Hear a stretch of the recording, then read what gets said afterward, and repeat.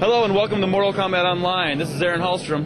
And this is Justin Deering. And joining us is my friend and yours, Ed Boon, series creator, along with Shaun Himmerick, Shaolin Monks producer. We have a couple questions we want to ask you about Mortal Kombat. The first thing is when MK did the Alliance came out, it was a different style of a Mortal Kombat game that we're accustomed to. We're just wondering, is MK7 going to be as radical a leap forward? Most likely, yeah. You know, I think certainly with each generation of when we introduce a new Mortal Kombat on a new generation, we try to make as dramatically different change in the gameplay as in the visual presentation.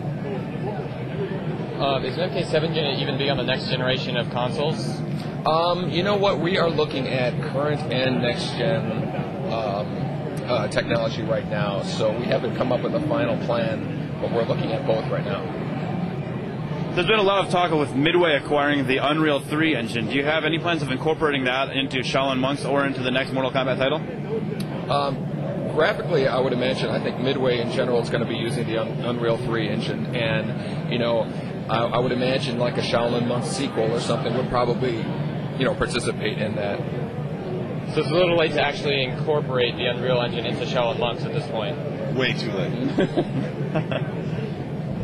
Now, Shaun, how does the fighting engine in Shaolin Monks differ from the Mortal Kombat Deception or Deadly Alliance fighting engine? Well, it's no longer head-to-head fighting in Shaolin Monks. It's what we call our multi-directional fighting engine. Any direction, anytime, in the air, on the ground, it doesn't matter. All the attacks link seamlessly in any direction at any time to allow the player to fight with multiple enemies, not just head-to-head. All right, so we've seen a lot of different modes in Shaolin Monks. We've seen co-op, we've seen single player, we've also seen the versus mode. Is there anything else in terms of gameplay that we can expect? Well, the boss battles are something I like to highlight as an extra feature because we take an MK-style fight and then we blow it out using all the adventure things that we can't normally use, but in an adventure game we have access to. A lot of people are wondering, for MK7, what kind of improvements can we expect to be made to the fighting engine in regards to fan input? Well, I think we're always looking for, you know, we always want to hear what the fans want to see in the game. We certainly haven't come up with a final, you know, fighting mechanic. There's certain ideas that we'd like to, you know, explore. There's a lot of research that goes into, you know, changing when you completely revamp a fighting engine. But, you know, we're always open to hearing, you know, suggestions. We read the message boards and we like to hear what people want to see as well. I suppose on some level all fighting games are kind of competing against each other, although, you know, we make a conscious effort to be as different as we can from the Tekkens and the Virtual Fighters because, you know, if you make those exact games, you're basically just going to share the marketplace. You know, we have a completely separate feel and style of our fighting, and I think that's helped us stay as, you know, as popular as the game has. Absolutely. Now, taking it back to Shaolin Monks for a minute, how does the opportunity to control other characters come up, and what characters might they be? Well, you start as Liu Kang and Kung Lao, or as both, playing through the game, and they have a completely different feel. Ed prefers Kung Lao, I prefer Liu Kang. They have a very different feel to them, so all the playable characters feel different.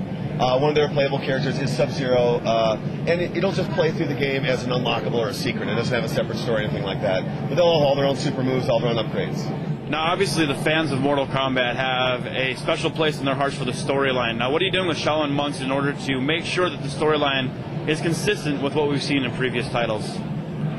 Well, you know what, the storyline is really the MK2 storyline, and I guess what's really different about the Shaolin Monks story is it is elaborating on a story that everybody already knows. So, you know, everybody knows that Liu Kang won the first Mortal Kombat tournament, and everybody knows that Kung Lao was kind of introduced around Mortal Kombat 2. But what Shaolin Monks does is it takes the story that you know and then it expands on it. So you see a lot of familiarity, you see a lot of stuff that you know, but then you also see a lot more depth explained to it, both visually, you know, with the 3D elements, and in the story as well. Do you find yourselves checking out the fan sites in order to see what the fans have said about the story in order to try to rectify that with what you've had in your mind for the story? We're not as much rectify. We hired a story writer who did an obscene amount of research into Mortal Kombat, checking all the old strategy guides. There's a lot of misinformation on the internet, so we don't necessarily use that as a resource. The guys in the team are a great resource, John Vogel and them.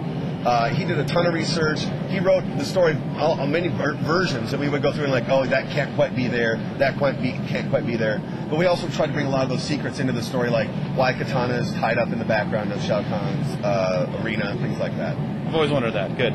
You'll find out. All right. Now with MK Shaolin Monks being released, can we expect more of these types of games if this one has a decent amount of success? Obviously, if this has success, then we'll look at a sequel, but we've not started any work towards that to focus on this being the best game possible.